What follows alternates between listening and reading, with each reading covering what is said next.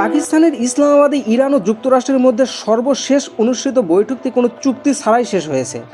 পাকিস্তান ভিত্তিক সংবাদ মাধ্যম জিও নিউজ জানিয়েছেন, দুই দেশের প্রতিনিধি দল আবারও 2 দফা বৈঠকে বসতে রাজি হয়েছে। তবে নতুন বৈঠকটির স্থান ও সময় এখনও চূড়ান্ত করা হয়নি।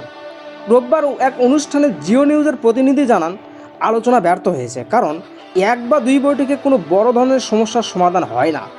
উভয় পক্ষের সূত্রের বরাত দিয়ে ওই প্রতিনিধি আরও বলেন, মার্কিন ও ইরানি প্রতিনিধি দলের দীর্ঘ আলোচনা শেষে কিছু বিষয়ে ঐকমত্যে পৌঁছানো সম্ভব হয়েছে, তবে কিছু গুরুত্বপূর্ণ বিষয় নিয়ে তারা ঐক্য পৌঁছাতে পারেনি।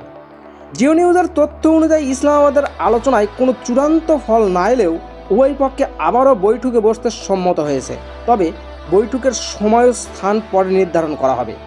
এর আগে টানা 40 দিন যুক্তরাষ্ট্র, ইসরায়েল ও ইরানের পাল্টাপাল্টি হামলার পর 2 সপ্তাহের যুদ্ধবিরতিতে সম্মত হয়েছিল দুই পক্ষই।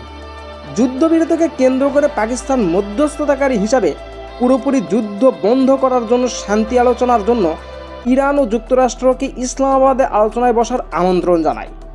পাকিস্তানের ডাকে সাড়া দিয়ে দুই দেশের প্রতিনিধি দল শনিবার ইসলামাবাদে বৈঠক করে। যদিও সেই বৈঠকে কোনো ফলপ্রসূ আলোচনা হয়নি, তবে গুঞ্জন রটেছে এই বৈঠকের মধ্যস্থতায় থাকছে রাশিয়া। যদি রাশিয়ার হাত ধরেই মধ্যস্থতা হয়, তবে যুদ্ধবিরতি সহ সকল রকমের সমস্যার সমাধান হবে বলে আশা করছেন বিশেষজ্ঞরা। МИДу России поручено изучить and how horribly that was handled so stupidly.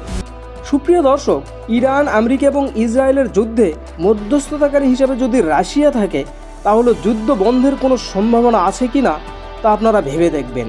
জানান আপনাদের মন্তব্যর ঘরে।